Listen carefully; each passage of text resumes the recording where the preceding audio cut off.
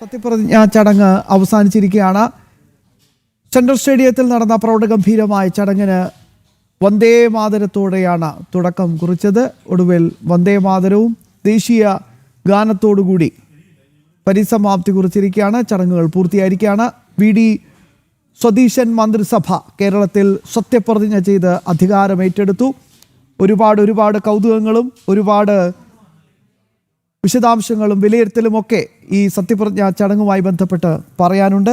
അതിലേറ്റവും പ്രധാനപ്പെട്ടത് മന്ത്രിസഭയിൽ രണ്ടാമൻ പി.കെ. കുഞ്ഞാലിക്കുട്ടിയായിരിക്കും. മുഖ്യമന്ത്രി വി.ഡി. സതീശൻ സത്യപ്രതിജ്ഞ ചെയ്ത് അധികാരമേറ്റെടുത്തതിന് ശേഷം തൊട്ടു പിന്നാലെ സത്യപ്രതിജ്ഞ ചെയ്യാനെത്തിയത് പി.കെ. കുഞ്ഞാലിക്കുട്ടിയാണ്.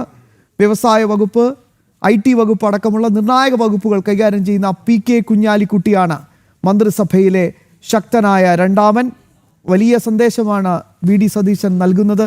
മൂന്നാമതായിട്ടാണ് ആഭ്യന്തര വകുപ്പിൻ്റെ ചുമതലയുള്ള രമേശ് ചെന്നിത്തലയെ സത്യപ്രതിജ്ഞ ചെയ്യാൻ ക്ഷണിച്ചത്. അതിനുശേഷം സണ്ണി ജോസഫും തുടർന്ന് കെ മുരളീധരൻ അടക്കമുള്ള മന്ത്രിമാർ സത്യപ്രതിജ്ഞ ചെയ്ത് അധികാരമേറ്റെടുത്തു.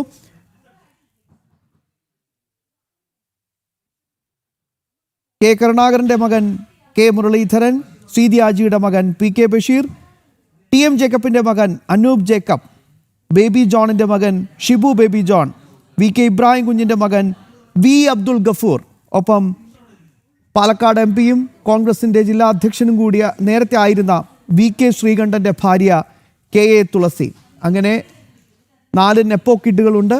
ഒപ്പം ചീഫ് വിപ്പ് സ്ഥാനത്തേക്ക് അപ്പു ജോൺ എത്തുന്നതോടുകൂടി പി.ജെ. ജോസഫിൻ്റെ മകൻ കൂടി നിർണായക സ്ഥാനത്ത് എത്തുന്നു എന്നതാണ് ഏറ്റവും പ്രധാനപ്പെട്ട കാര്യം. അങ്ങനെ 4ഉം 1ഉം 5 നെപ്പോ കിഡ്സ് സമ്പന്നമായിട്ടുള്ള ഒരു മന്ത്രിസഭയിലേക്കാണ് ക്യാബിനറ്റ് റാങ്ക് ലഭിക്കുന്ന ചീഫ് വിപ്പിൻ്റെ ചുമതല കൂടി ഒരു നെപ്പോ കിഡിന് ലഭിക്കുന്നു. അങ്ങനെ 4 നെപ്പോ കിഡ്സും നിലവിലെ കോൺഗ്രസിൻ്റെ നേതാവിൻ്റെ വി.കെ. ശ്രീകണ്ഠൻ്റെ ഭാര്യ കൂടി കെ. തുളസി കൂടി മന്ത്രിയാകുന്നു എന്നതാണ് ഏറ്റവും പ്രധാനപ്പെട്ട കാര്യം.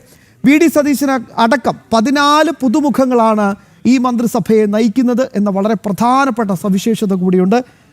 വി.ഡി. സതീശനൊപ്പം പുതിയ മുഖങ്ങൾ കൃത്യമായി തന്നെ മന്ത്രിസഭയിൽ അണിനിരക്കുന്നു എന്ന വളരെ പ്രധാനപ്പെട്ട പോയിന്റാണ് എടുത്തു പറയേണ്ടത്. മന്ത്രിസഭയിൽ രണ്ടാമനായി പി.കെ. കുഞ്ഞാലിക്കുട്ടി എത്തുമ്പോൾ ഒരുപാട് സന്ദേശങ്ങൾ അത് സൂചിപ്പിക്കുന്നുണ്ട് എന്ന് വേണം മനസ്സിലാക്കാൻ.